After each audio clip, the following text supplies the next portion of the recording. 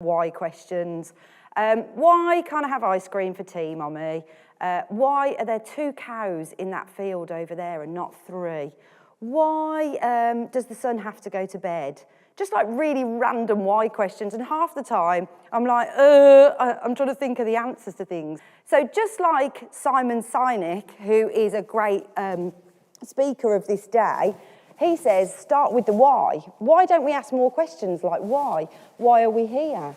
What's the purpose of us? Why Jesus? Why did Jesus come? Why did he die for us? And I think sometimes because we're not asking those questions of why often enough, maybe we're missing out on some really important answers to life's big questions.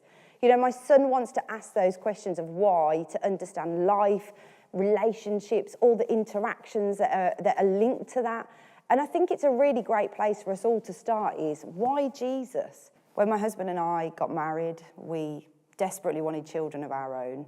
But actually, within a month of coming back from honeymoon, we were told we probably wouldn't have children of our own. And that was pretty difficult.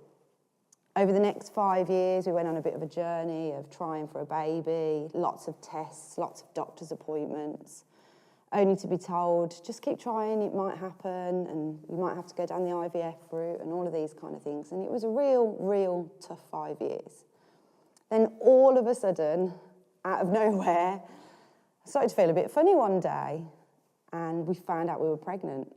And everyone was just so excited. All of our friends, our family, our church, literally everybody had been praying for us and on this journey with us to have a child. So finally, I was pregnant. Pregnancy was going amazing, no issues at all. And then the one day I went for a routine scan. And at that scan, I was given the news that no parent should ever hear. I'm really sorry, but there's no heartbeat. Those few words just change your life. They just completely pull your life apart. So here I'd got a son that I'd now got to give birth to and bury. And I was just so confused because all of these things I'd been praying about over these years, all of a sudden had come true. And then I had to bury this son, this dream, and all the dreams that went with that. And that was really difficult. We named that little boy we named him Micah. And it means one of a kind or a little prophet. In the few months after, it was really difficult because I really had to wrestle with my faith. Why Jesus? Why did I believe in Jesus? Why did he come for me? All of the things that I'd ever believed had literally just been ripped open. And it made me ask this big question of just why Jesus? Why would I even want to still follow him? There's a great scripture in the Bible, in the book of John in chapter 3, and this is a paraphrased version, and it says, "This is how much God loved the world. He gave his son, his one and only son, and this is why, so that no one need be destroyed. By believing in him, anyone can have a whole and lasting life. God didn't go to all the trouble of sending his son merely to point an accusing finger, telling the world how bad it was. He came to help, to put the world right again." Right at the beginning of that, it says he gave his son. Now, wait a minute. As somebody who has buried a child, her firstborn son, it just boggles my brain. How can God give his son?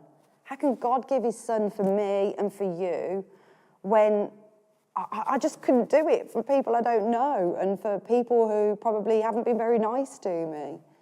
But God did it because he loves us.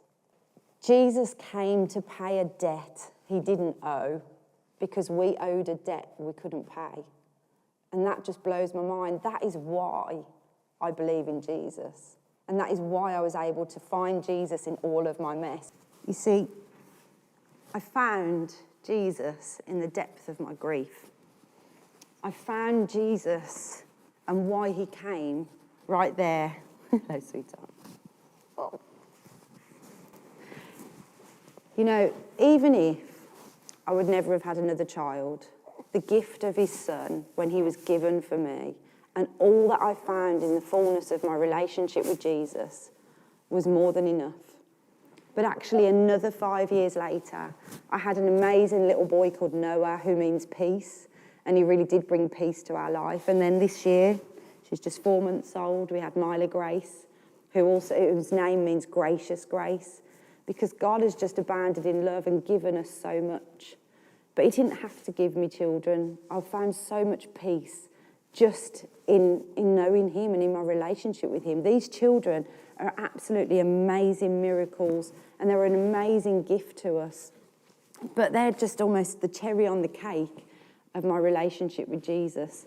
And so I'd really love to encourage you that whatever you're going through, whatever difficult season you're facing, maybe it's not the loss of children or the infertility, maybe it's in your financial situation or something that's going on in your career or university or family life, ask the question, why Jesus? Why did he come? Why was he given for you and for me? And hopefully in finding the answer to that, you'll find the fullness of the relationship with Christ, just like I found in that journey too. Beep. Beep. You're going to eat it.